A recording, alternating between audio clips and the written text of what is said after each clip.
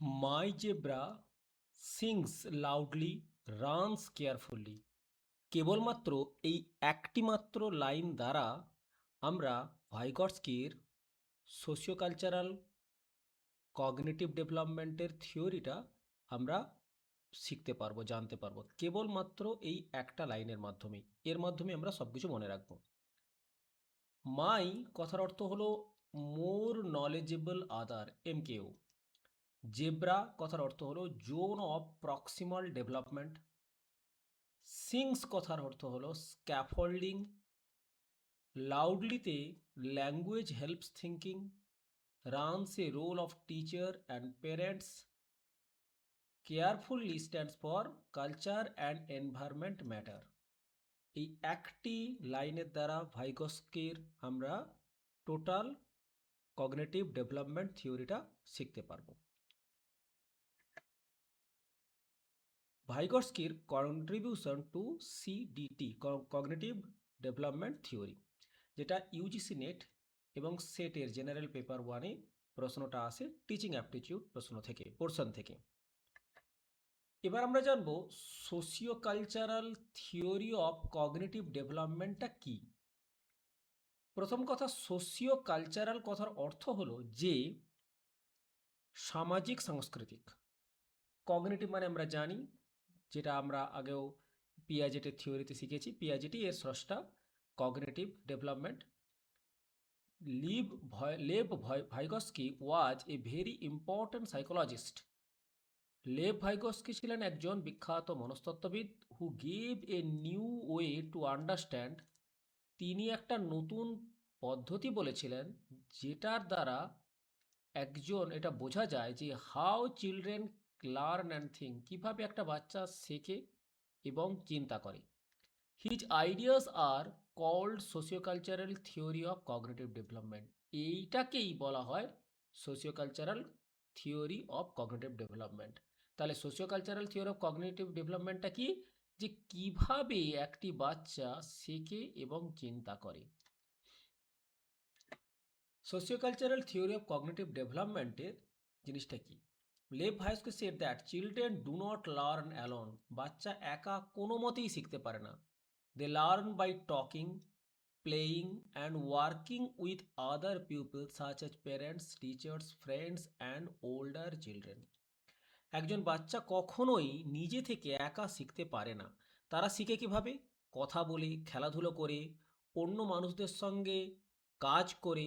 অন্য মানুষরা কারা? যেমন বাবা মা, টিচার, বন্ধুবান্ধব, তার থেকে বড় কিছু বাচ্চাদের সঙ্গে খেলে বা তাদের সঙ্গে পারস্পরিক মিথস্ক্রিয়া করে তখনই কেবলমাত্র শিখতে পারে।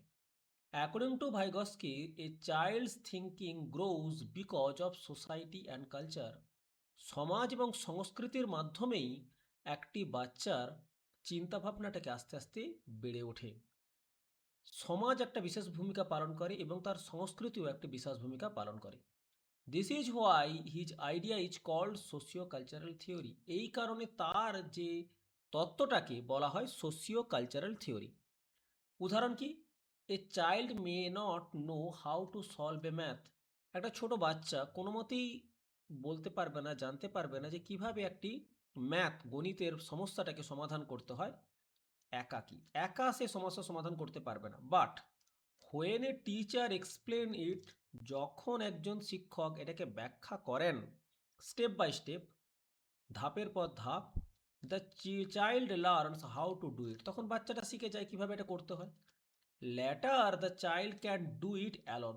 বড় হওয়ার পরে বা শিখে যাওয়ার পরে আস্তে আস্তে বাচ্চাটা নিজেই শিখতে পারে। Vygotsky believe that this is how learning happens.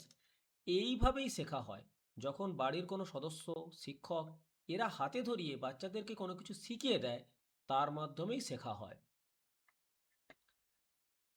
এবারে এই যে sociocultural development of cognitive theory, এই থিওরিটা 6টি কম্পোনেন্টে বিভক্ত।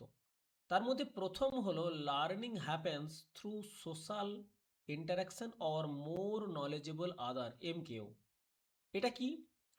Children learn by talking and working with others. একজন বাচ্চা কথা বলে, কারো সঙ্গে কাজ করে কিছু শেখে। A person who knows more and helps the learner. যে ব্যক্তি বেশি জানে তাদের থেকে, তারা তাকে সাহায্য করতে পারে। তারা কে কে হতে পারে? যেমন একজন শিক্ষক হতে পারে, বাবা মা হতে পারে, বন্ধু হতে পারে। এদের মাধ্যমেই বাচ্চা প্রথম শেখা শুরু করে। যেমন কি, এই যে আমরা জানলাম যে এ child can not solve a math problem, একটা গণিতের সমস্যার সমাধান একটা বাচ্চা করতে পারে না। টিচার এক্সপ্লেন, শিক্ষক ব্যাখ্যা করে। The children understand and solves the math problem, বাচ্চাটা বুঝতে পারে এবং সেই ম্যাথের সমস্যাটাকে সমাধান করে। এখানে টিচার হলেন এমকেও, টিচারই হলেন এমকেও। এরপর কি আছে 2 নম্বরে, জোন অফ প্রক্সিমাল ডেভেলপমেন্ট। এখন জোন মানে কি? ক্ষেত্র। প্রক্সিমাল মানে কি? নিকটবর্তী। ডেভেলপমেন্ট মানে উন্নতি। This is Vygotsky's most famous idea. এটা খুবই গুরুত্বপূর্ণ এবং নেট পরীক্ষায় প্রায় প্রশ্ন দেয়। This learning zone ZPD is the stage where a learner can perform a task with guidance but not independently. এটা কি বলছে? যে এটা এমন একটা স্তর, এমন একটা অবস্থা যেখানে একজন লার্নার, একজন ছাত্র ক্যান পারফর্ম এ টাস্ক, একটা কাজ করতে পারে উইথ গাইডেন্স, পথ প্রদর্শনের মাধ্যমে, কেউ কোনো তাকে শিখিয়ে দেয়, বাট নট ইন্ডিপেন্ডেন্টলি, স্বাধীনভাবে কেউ কিছু করতে পারে না, তাকে কেউ শিখিয়ে দিলে সে শিখে যায়। এর 3টে স্তর। What a child can do, what a child can do alone, একটা বাচ্চা কোন জিনিসটা একাকী করতে পারে। What a child can not do at all, কি বাচ্চা একেবারেই একাকী করতে পারে না। What a child can do with help, একটা বাচ্চা কিভাবে কারো সাহায্য নিয়ে শেখে। একটা বাচ্চা ধরুন ছবি আঁকা কোনো মতেই সে জানে না, সেটা হচ্ছে তার ফার্স্ট স্টেজ। কিন্তু যখন ZPD zone of proximal development প্রবেশ করলো, একজন টিচার তাকে শিখিয়ে দিল যে কিভাবে ছবি আঁকতে হয়, তারপরে সেই বাচ্চাটা ছবি আঁকা নিজে শিখলো। এটাকে আমরা বলবো জোন অফ প্রক্সিমাল ডেভেলপমেন্ট। মধ্য স্তরটা, মাঝখানের স্তরটাকে আমরা বলবো zone of proximal development. JDP is the middle area where learning is best. এই জেডিপিটা কি হয়? মধ্যবর্তী অবস্থা, যেটার মাধ্যমে শেখাটা খুব ভালো হয়। এরপরে আসি example, a child can not ride a bicycle alone, একটা বাচ্চা কোনো মতেই নিজে একটা সাইকেল চালাতে পারে না। But with the help of A parent holding the cycle, কারো সাহায্যে, কোনো পিতামাতার সাহায্যে বা যে কোনো একজন পিতামাতার সাহায্যে, দ্য চাইল্ড লার্নস, বাচ্চাটা নিজে শেখে। আফটার সাম টাইম, কিছুক্ষণ পর, দ্য চাইল্ড রাইডস অ্যালন, এখানে এই যে পিতামাতার সাহায্যে সেই বাচ্চাটা সাইকেল শিখে গেল, তখন সে বাচ্চাটা নিজে সাইকেল শিখতে পারবে তার পিতামাতার সাহায্য ছাড়াই। এখানে এমকেও হলেন তার পিতামাতা বা তার দাদা, যে হোক, যে তাকে সাইকেলটা শিখিয়েছে। এরপরে আসবো স্ক্যাফোল্ডিং। স্ক্যাফোল্ডিং কথার অর্থ হলো যে ধাপে ধাপে কোনো কিছু শেখা।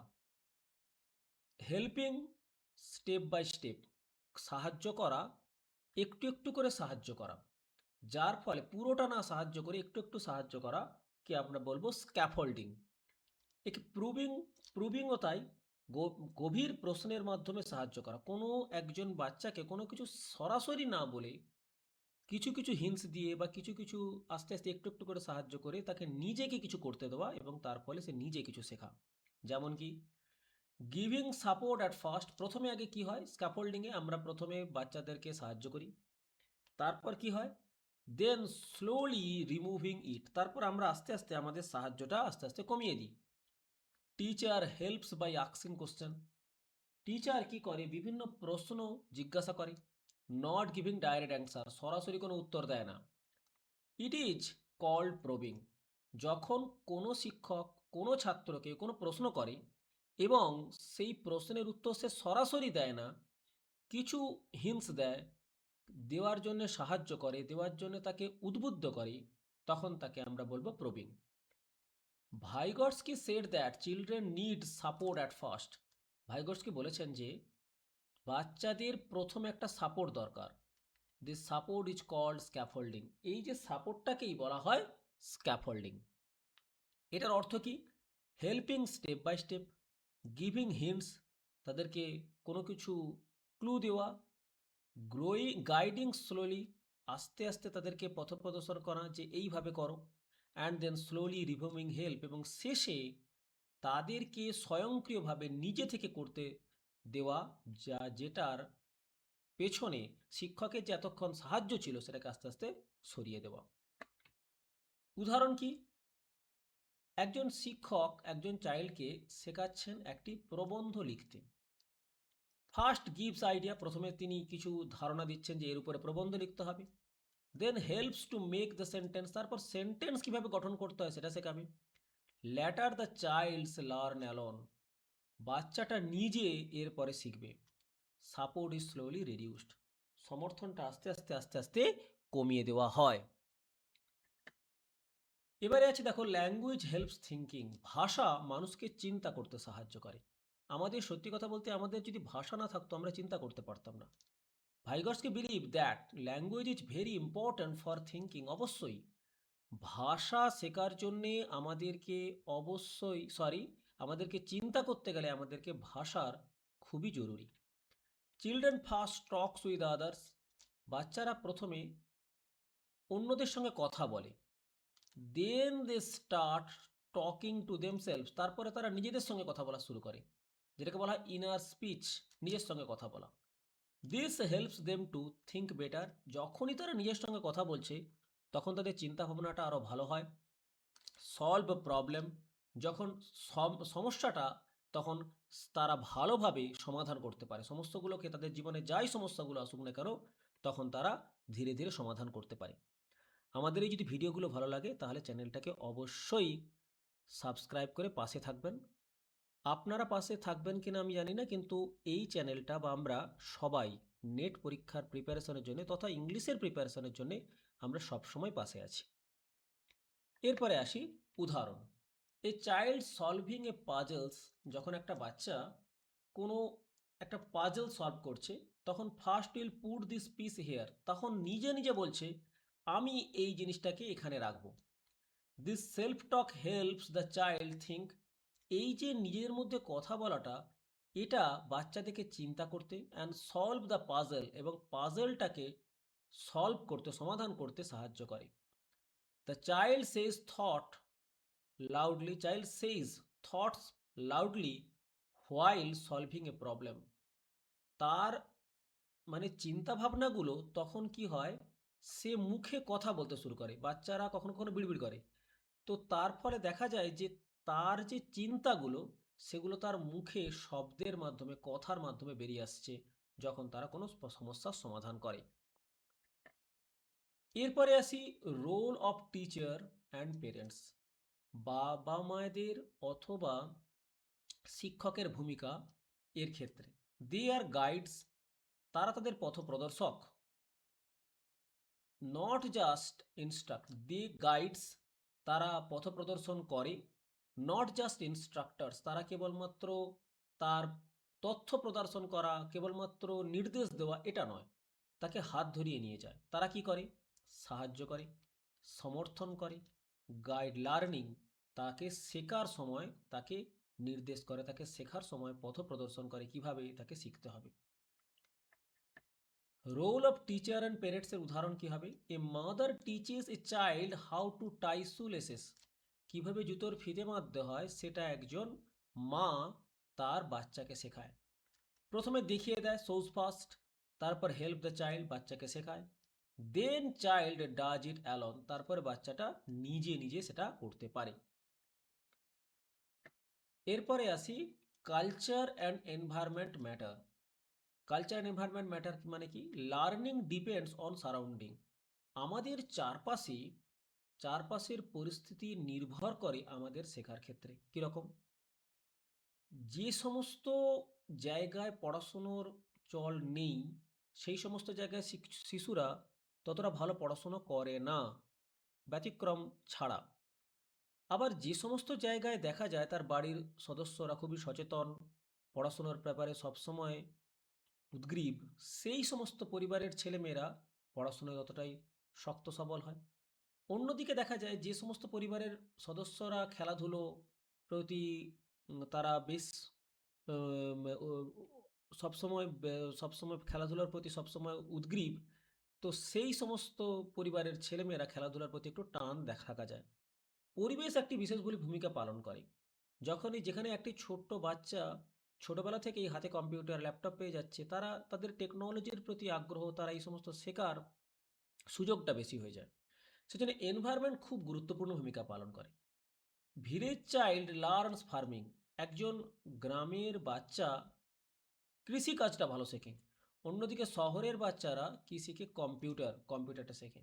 সেজন্য সংস্কৃতি একটা বিশেষ ভূমিকা পালন করে। Thanks for your attention. আপনারা এই যে ভিডিওটা দেখলেন, এর জন্য অনেক ধন্যবাদ। পারলে চ্যানেলটাকে সাবস্ক্রাইব করে রাখুন।